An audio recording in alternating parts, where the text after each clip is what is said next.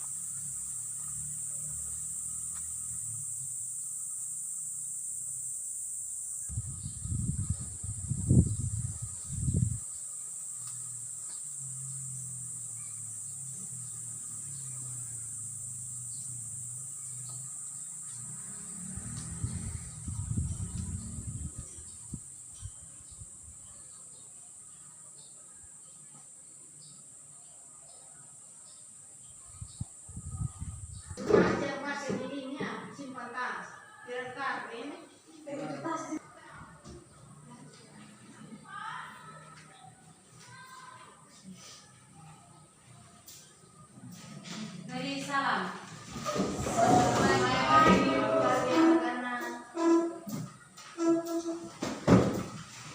Oke, selamat pagi. Pagi, Bu. Hari ini kita akan melanjutkan aktivitas kita, yaitu belajar mengajar. Sebelum kita lanjut aktivitas kita itu belajar pada mata pelajaran tentang buku, kita terlebih dahulu meminta kepada Tuhan untuk diberi kesempatan atau diberi berkat pada hari ini. Kita harus mengawali dengan doa, karena kita dari rumah sudah diberi keselamatan. Jadi kita tiba di sekolah dengan keadaan selamat, dan hari ini juga kita harus mengucap syukur. Jadi mungkin saya berikan kesempatan kepada ketua kelas untuk memandu kita dalam doa.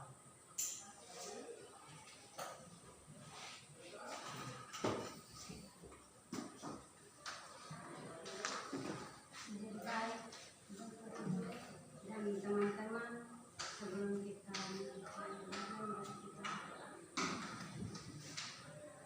Bapa kami di surga, dikuduskan namamu, dikuduskan kerajaan, dijadikan itu dimulai seperti di surga. Berikan kami pada hari ini makanan kami secukupnya, dan ampuni kesalahan kami seperti kami juga mengampuni orang yang bersalah kepada kami, dan jangan membuat kami terjatuh, lepaskan kami dari orang yang jahat, karena Engkau yang punya kerajaan, kuasa dan kemuliaan sampai selamanya.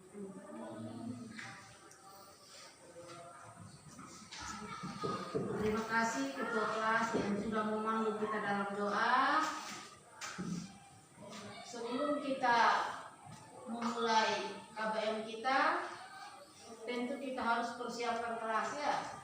Ketua kelas kelasnya sudah bersih? Sudah, ya.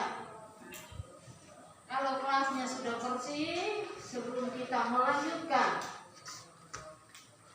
KBM kita, Ibu terlebih dahulu mengecek absen. Apa hadir semua hari ini, atau ada yang sakit, ada yang alfa dan lain sebagainya, ya. Ketua kelas, hari ini temanmu lengkap apa ada yang kurang? Lengkap, Bu. Lengkap, oke, terima kasih. Jadi kalau sudah lengkap hari ini, seterusnya Anda juga harus lengkap, ya. Mungkin itu saja. Hari ini kita akan melanjut pada materi. Nanti silakan Anda nonton di slide. Nah, lihat ke atas. Pertama, tujuan pembelajaran. Itu bisa itu baca itu. Pertama, pendekatan Tujuan pembelajaran ada di atas. Tujuan pembelajaran ada sebenarnya. Ada siapa? Nah, ini. Peserta didik dapat memahami prinsip dan teknologi ikan secara pengawetan ikan secara tradisional. Nah, adik-adik kemarin sudah pernah mengawetkan ikan? Sudah ya. Nah, yang kedua, peserta didik mengetahui produk yang dihasilkan atau pengawetan ikan secara tradisional. Peserta didik dapat melakukan praktek penggaraman atau pengeringan atau pengasapan atau fermentasi. Nah, yang dimaksud dengan pengawetan, pertama Anda melakukan pemeliharaan ikan ya. Iya, Bu. Anda pelihara ikan, setelah Anda pelihara pas panen. Setelah Anda melakukan pemanenan, harus pertama yang kita lakukan adalah penyurtiran. Bisa paham sortir? Bisa. Sudah pernah lihat bokor sortir, bokor grading? Sudah. Kalau bokor grading yang ukurannya kecil, fungsinya apa? Untuk Jadi bokor yang Anda lihat itu adalah bokor grading untuk menyortir keseragaman ikan atau jenis atau ukuran ikan ya. Sudah masuk pada sortir dan grading, Anda sudah memilahkan ikan kecil dan ikan besar, masuk pada proses pengawetan.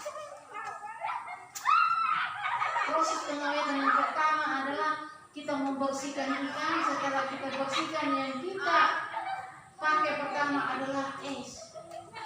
Sebelum kita lakukan pengeringan, pengasapan dan lain sebagainya, yang kita gunakan adalah es yang harus ada di dekat kita.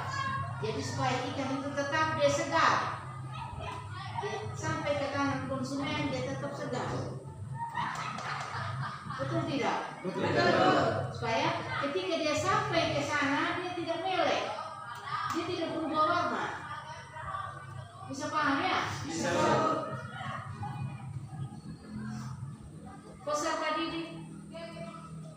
Peserta didik melakukan praktek sesuai dengan prosedur. Ketika Anda turun ke lokasi harus sesuai dengan prosedur, mulai dari pengawetannya, pengasapannya, penggaraman dan lain sebagainya.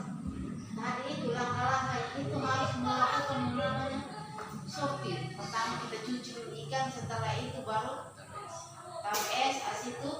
Setelah es yang sudah ada, kita mulai lagi membelah hasil kita, mulai pengeringan, penggaraman. Tahu garam? Tahu. Kita taburkan garam ke ikan itu, hasil kita melakukan penjemuran.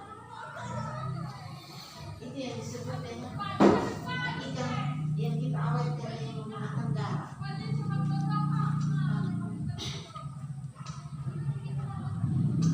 Materi pengawetan ikan secara tradisional. Nah, penggaraman yang kita lakukan itu penggaraman secara tradisional, tidak menggunakan alat ya. Hanya kita ambil itu garam, kita tabur di tubuh ikan, setelah itu kita melakukan penjemuran. Dia tidak pakai alat dia secara tradisional.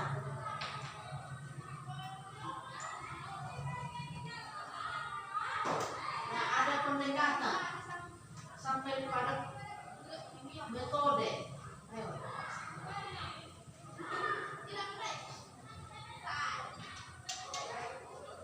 Nah, di situ ada video.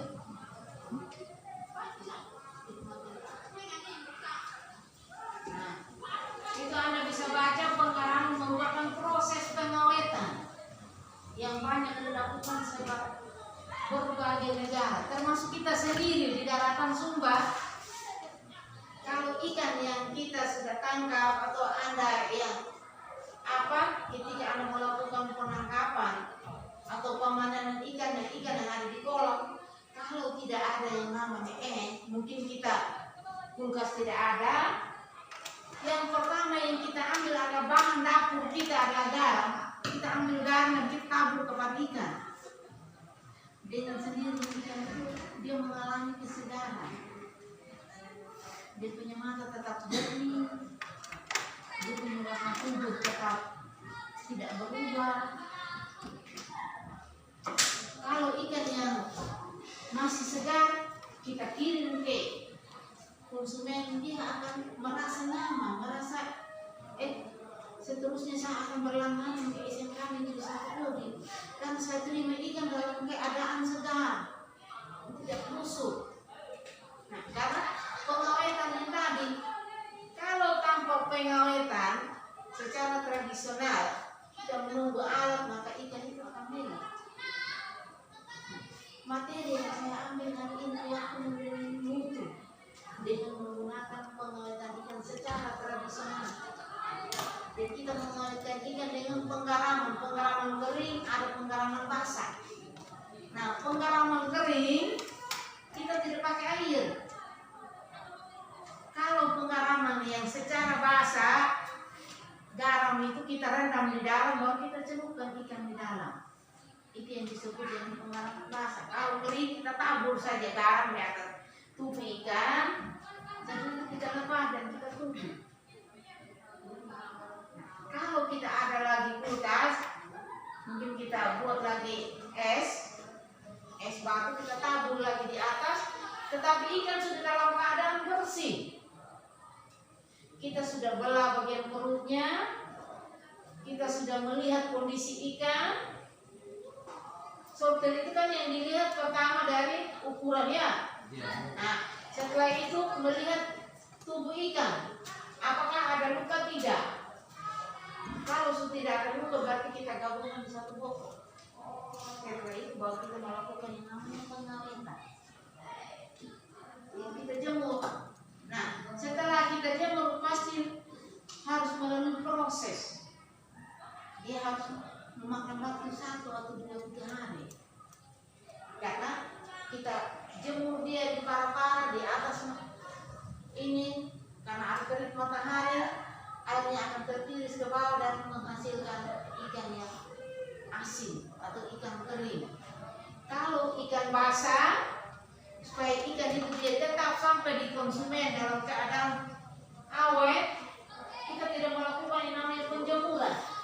Kita simpan dalam cool box dengan taruh garam tadi supaya dia sampai ke tangan konsumen itu dalam keadaan awet. Matanya masih jernih, perutnya tidak kembung, dia punya sisi tidak mudah terlepas dan lain sebagainya.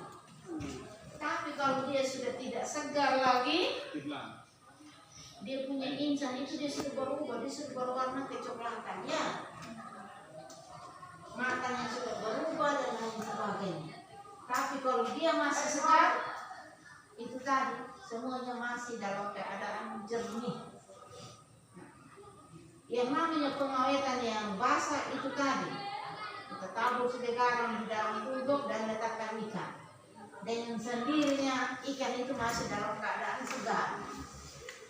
Bisa paham ya? Bisa. Itu ada istilah penggaraman juga sering disebut dengan pengasingan. Pengasinan atau teknologi penggaraman biasanya tidak digunakan sebagai metode pengawetan tunggal, tetapi masih dilanjutkan dengan proses pengawetan lain. Jadi dia tidak tunggal. Ketika kita mengasinkan ikan itu dia tidak tunggal. Kalau katanya tidak tunggal berarti dia tidak sendiri ya. Masih ada pengawetan yang lain-lain.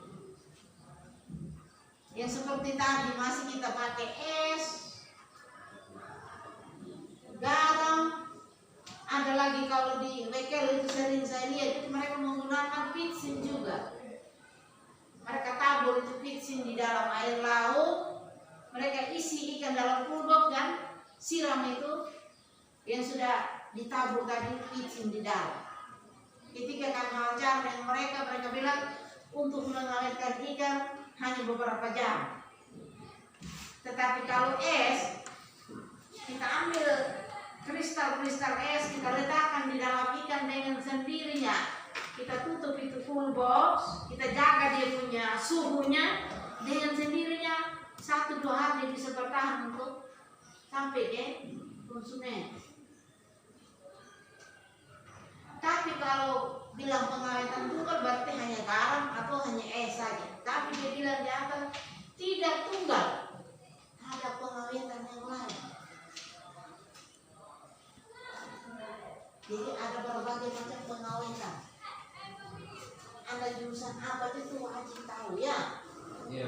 Apa-apa yang kita pakai ketika untuk mengawetkan ikan. Misalnya pagi Anda tangkap, yang datang beli mungkin dia terlambat, dia ada hambatan mungkin. Nah, jalur yang Anda harus tempuh adalah pengawetan. Bukan secara tunggal tapi berbagai macam pengawetan. Ada yang menggunakan garam, ada yang menggunakan es. Ini tidak tunggal ya. Kau kata tunggal tak? Tunggal dia hanya sendiri. Tapi dia bilang tidak tunggal, berarti ada berbagai macam pengawetan. Tidak satu saja pengawetan ya.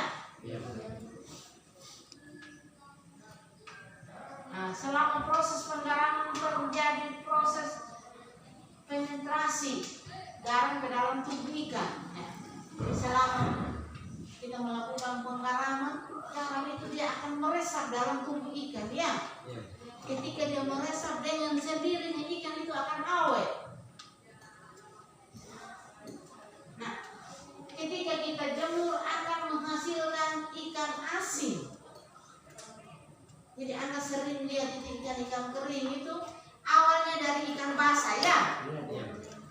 Mereka tangkap di laut, awal cuci dulu, setelah itu mereka tabur di garam. Setelah mereka taburkan garam, dia kasih netral sudah semuanya. Setelah itu dia melakukan pengeringan, penjemuran. Jadi ada pengawetan kering dan ada pengawetan basah.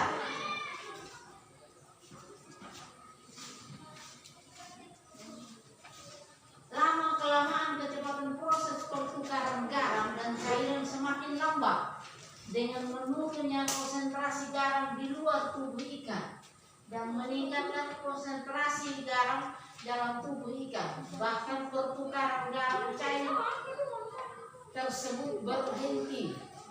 Nah, ketika garam kita sudah tabur dengan sendirinya dia akan mencair ya. Dia mencair dan meresap pada tubuh ikan. Kita tabur itu garam yang Anda tabur dengan sendirinya dia mencair. Kalau es dia tidak.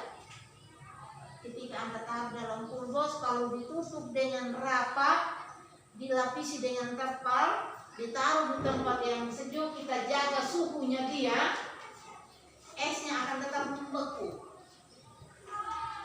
Tapi garam dia cepat mencair. Kalau kena air sedikit saja dia akan mencair. Jadi bukan sampai tubuh ikan. Dia bukan tetap diam ya. Bisa paham? Bisa. Nah, kecepatan proses penyerapan garam pada tubuh ikan dipengaruhi oleh beberapa faktor. Nah, Anda lihat, pertama itu kesegaran ikan, kandungan lemak, ketebalan daging ikan,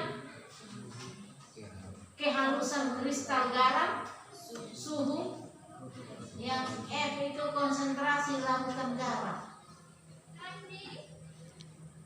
Ketika Anda melakukan penggaraman, awalnya tadi kan kita melakukan penyortirannya.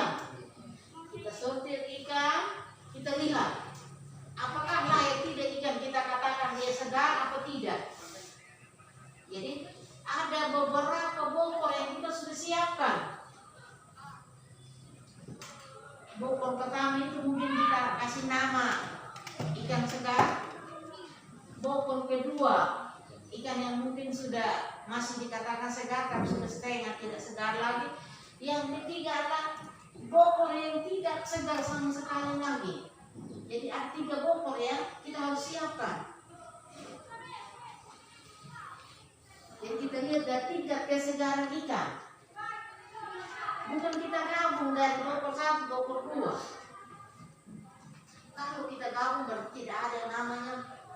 sorti dan geredi. Bisa tak? Bisa. Anda praktek juga pasti seperti itu. Harus ada penyurtiran.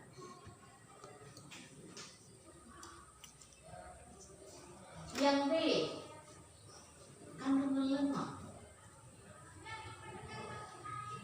Kandungan lemak pada ikan itu Anda harus lihat apakah ikan ini dia termasuk golongan ikan yang besar atau golongan ikan yang kecil, atau kandungan lemaknya dia pas-pas saja atau tinggi dan lain sebagainya. Itu yang kalian harus lihat.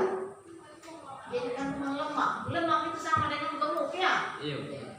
Kalau lihat ikannya dia kurus, dia punya tubuh dia ramping saja, berarti dia asupan gizinya kurang. Berarti penurunan atau stuntingnya dia berkurang ya. Kalau dia gemuk, berarti dia punya lemak banyak. Tapi kalau dia sudah kurus, berarti kita golongkan pada kandungan lemak ikan yang sedang. Jadi yang pertama dilihat kesegaran, kedua kandungan lemak ya, kandungan lemak pada ikan. Yang berikutnya ketebalan daging. Nah, kalau ikannya tipis betul, berarti dia punya dagingnya itu dia tipis ya. Anda bisa amati kalau dia besar berarti dia punya dagingnya itu tebal. Sama kalau orang gemuk, dia punya daging besar sekali, ya tak? Iya. Tapi kalau dia kurus, berarti dia punya daging itu dia sedikit saja, begitu, ya. Iya. Nah, kehalusan kristal. Nah, kehalusan kristal itu kristal garam. Pertama ada garam medium yang halus sekali, ada garam yang besar dia punya butiran. Nah, yang besar dia punya butiran itu yang dipakai. Kalau kita dibilang garam apa lagi yang besar dia punya butiran itu? Ada garam yang besar ya. Terang. Garam apa lagi itu bahasa kode itu? Keranda oh iya, keranda.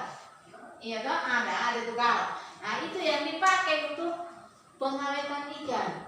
Itu garam yang besar dari butiran, bukan ambil garam medium atau garam yang kita biasa tabur-tabur di sayur. Kalau keadaan terpaksa juga bisa kita pakai. Tetapi yang paling tepat adalah garam yang itu, garam besar, butiran besar. Jadi dilihat dari kristal-kristal garamnya.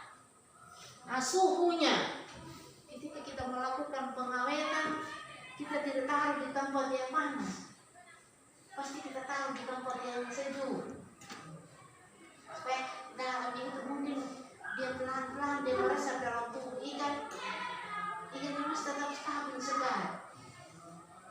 Mungkin dia punya pembelinya masih dari rumah, dia masih jalan, atau mungkin kendaraannya masih bermasalah, supaya tidak cepat ikan tadi itu prosesnya untuk dari segar menjadi busuk, dia adalah proses lama. Karena kita taruh di tempat suhu yang teduh. Atau kalau kita punya kulkas, kita taruh di kulkas. Kalau kita punya kulkas, kita taruh di ruangan yang tertutup, yang sejuk, yang tidak dapat sinar matahari. Kita tutup rapat, dengan sendirinya ikan yang ada di dalam, dia dalam keadaan awet. Jadi dilihat dari suhunya ya. Suhunya itu standar itu dari 0, derajat Celcius. Kalau kita mau kasih naik mulai dari 1 sampai ke tingginya dia. Tapi kalau kita mau dapat suhu yang bagus betul, kalau kita di kulkas itu suhu di 0 derajat, supaya ikan yang ada di dalam itu dia tidak panas.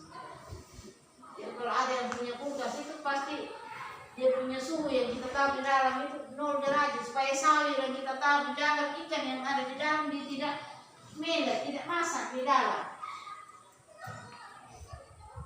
Jadi dia 0 derajat kita atur dia punya suhu yang ada di dalam.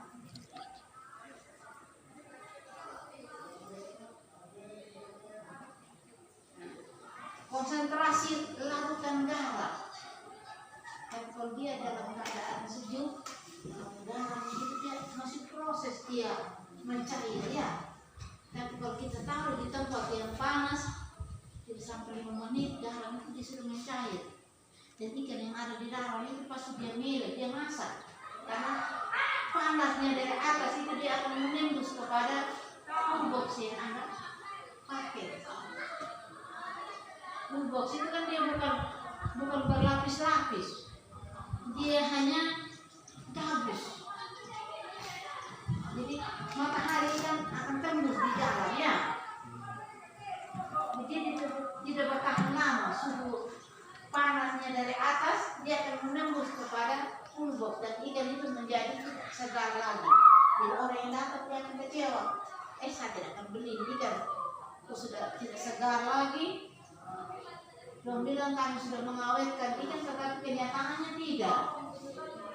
Ikannya sudah tidak bagus lagi. Untuk menjaga tadi nama baik SMK Negeri 1 Kobe, untuk melakukan pengawetan dengan langkah-langkah tadi itu.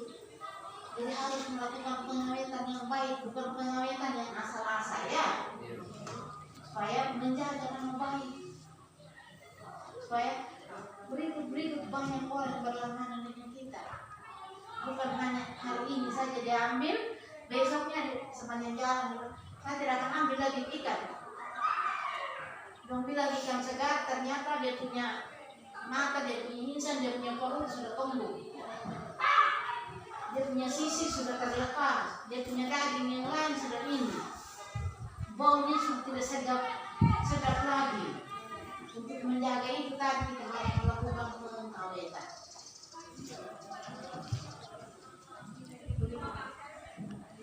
Nah, metode penggaraman yang saya bilang tadi, ada 2 metode penggaraman, ada penggaraman kering dan ada penggaraman basah. Kalau yang kering, setelah itu kita bersihkan ikan, kita tiris ikan sampai airnya sudah tidak ada, baru kita melakukan yang namanya penggaraman. Tapi yang namanya penggaraman basah, metode penggaraman basah yang dilakukan dalam bentuk larutan 30 sampai 35 derajat. Persen. Ikan yang akan digarami dimasukkan ke dalam wadah. Jadi ikan yang kita mau kasih garam kita masukkan ke dalam wadah dengan ada airnya sedikit. Tanpa nanti garam dia mencair, itu yang disebut dengan penggaraman basah. Jadi airnya itu kita tidak tiris semua, tidak kasih keluar semua air. Itu yang disebut dengan penggaraman basah. Ikan kita sudah masukkan dalam wadah atau pool box yang kita sudah siapkan, letakkan ikan di dalam. Dan itu kita melakukan yang namanya penggaraman. Tidak boleh lebih dari 35%. Dari 30 sampai 35%, tidak boleh lebih. Kalau lebih dari itu, ikannya terlalu asin. Yang membeli dia bilang, kalau bilang sudah pengalaman, kok ini berlebihan garam. Nah, itu merupakan nama yang tidak bagus kalau dia sudah berlebihan. Pengawetannya dia berlebihan. Kok saya sudah cuci berulang-ulang kok garamnya masih tetap. Untuk menjaga kepercayaan, menjaga pelanggan tetap stabil datang ke SMK Negeri 1 Kobe untuk membeli ikan yang Anda jual. Nah, tadi itu kita harus ikuti alurnya, prosesnya ya. Kita harus ikuti metodenya. Jangan asal taruh. Kecuali orang yang tidak bersekolah. Yang penting saya kasih awet. Mau dia taruh juga satu kantong garam tidak masalah. Tapi kalau kita yang berpendidikan, kita tahu baca toh? Kita ikuti petunjuknya.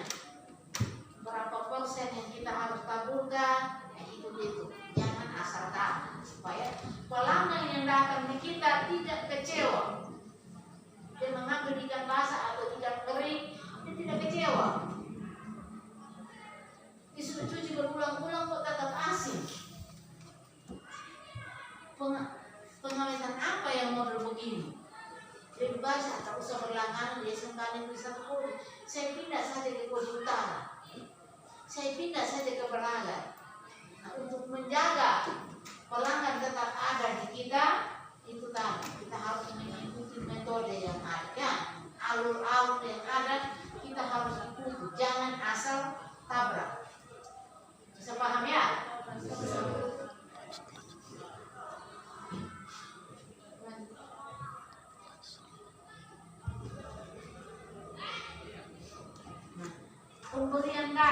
Pemberian garam berfungsi untuk memberikan rasa atau gurih. Nah, menurunkan kadar air tubuh ikan secara menghambat pertumbuhan bakteri atau pemusuh.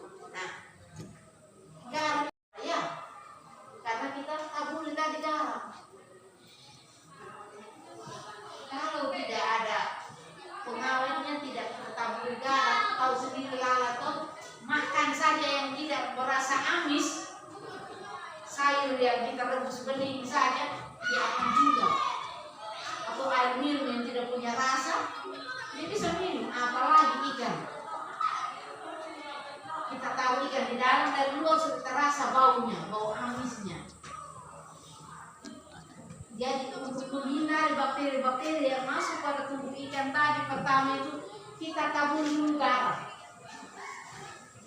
Itu garam yang butiran besar tidak ada, garam dapur yang kristalnya kecil-kecil ini yang kita bisa gunakan untuk sementara.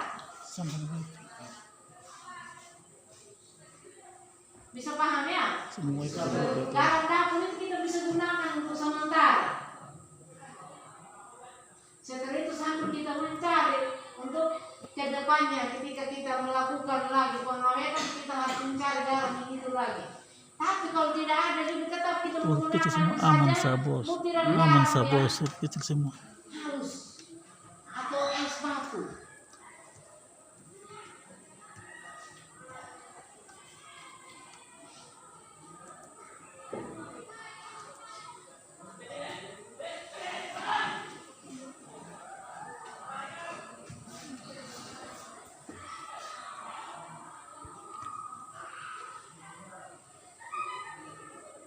Nah, kita lihat pengawetan secara basah. Anda menonton videonya, ya, karena kita taburi tadi garam.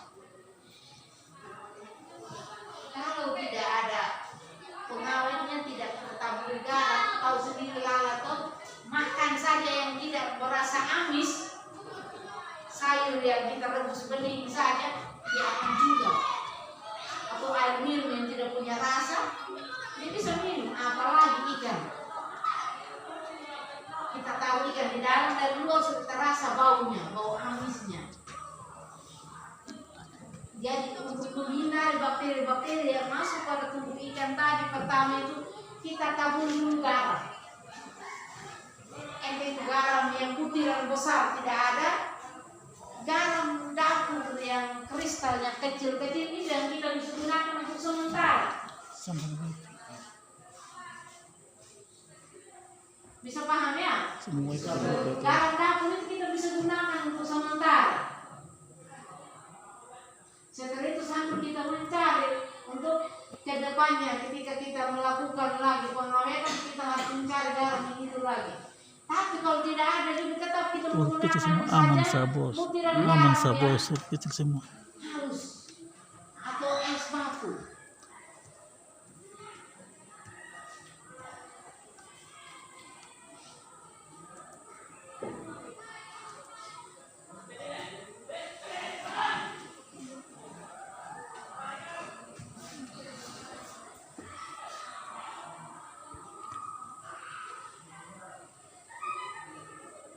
Nah, kita lihat pengawetan secara basah.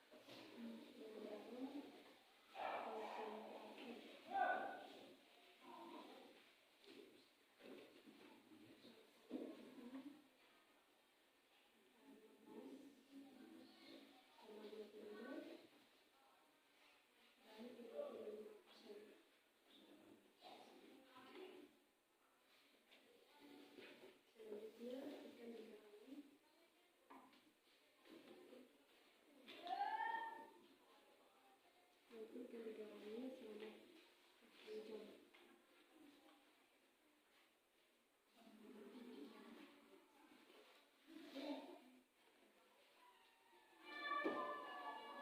ikan nih, bagian dalam perut juga itu dengan konsentrasi yang tadi 15, 25 sampai 35 selama 7 jam gitu agar meresap di sini.